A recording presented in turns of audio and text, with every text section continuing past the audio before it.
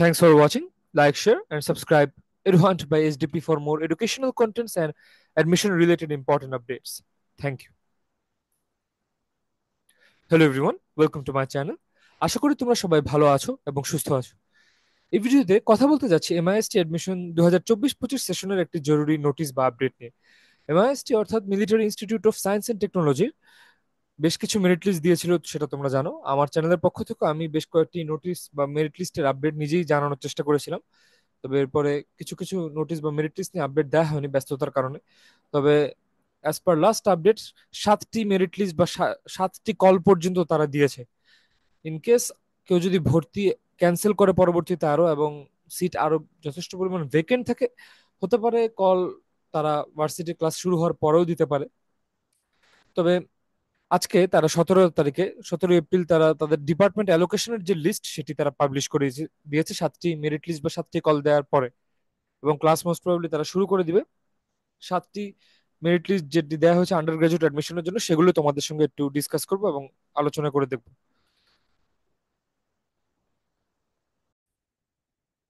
Department allocation list of undergraduate admission test 2025, এখানে দেখতে পাচ্ছ যে 17 এপ্রিল আজকের তারিখে এই ভিডিওটি দিয়ে দেওয়া, সরি, এই ফাইলটি তারা দিয়ে দিয়েছে।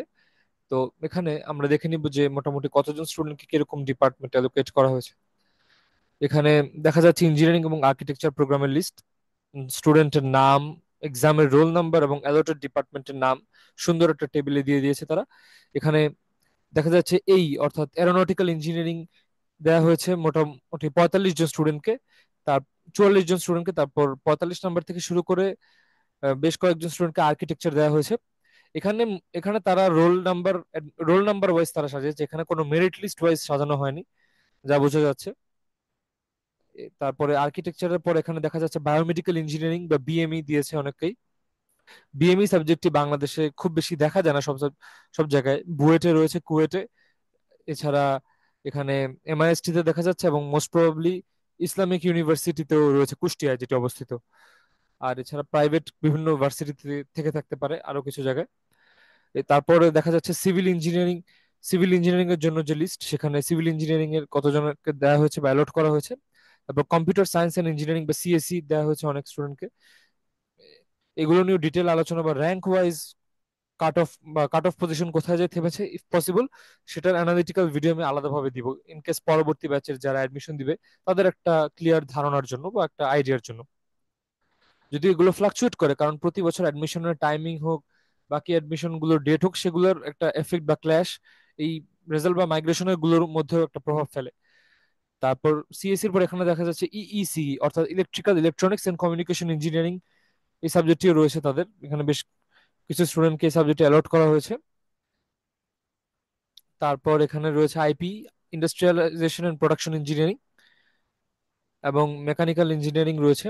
মেকানিক্যাল ইঞ্জিনিয়ারিং এ অনেক স্টুডেন্টকে সিট দেওয়া হয়েছে। তারপর এনএমই অর্থাৎ naval architecture and marine engineering এর লিস্টও রয়েছে। তার পাশাপাশি রয়েছে এনএসসি অর্থাৎ নিউক্লিয়ার সায়েন্স ইঞ্জিনিয়ারিং। এবং তার পরবর্তীতে যদি যাই, পিএমই বা পেট্রোলিয়াম এন্ড মাইনিং ইঞ্জিনিয়ারিং এর ক্ষেত্রেও যে কিছু লিস্ট সেটি দিয়ে দেওয়া হয়েছে। এটা আপাতত ডিপার্টমেন্ট অ্যালোকেশনের একটা লিস্ট, 7টি মেরিট লিস্ট বা 7th কল দেওয়ার পরে। পরবর্তীতে আবারও যদি এরকম কোনো ডিপার্টমেন্ট অ্যালোকেশন লিস্ট দেওয়া হয় বা এই স্টুডেন্টদেরই কোনো মাইগ্রেশন হয়ে থাকে, মাইগ্রেশনের লিস্ট, সেগুলোর আপডেটও আমি আমার চ্যানেলের পক্ষ থেকে অবশ্যই দেওয়ার চেষ্টা করব।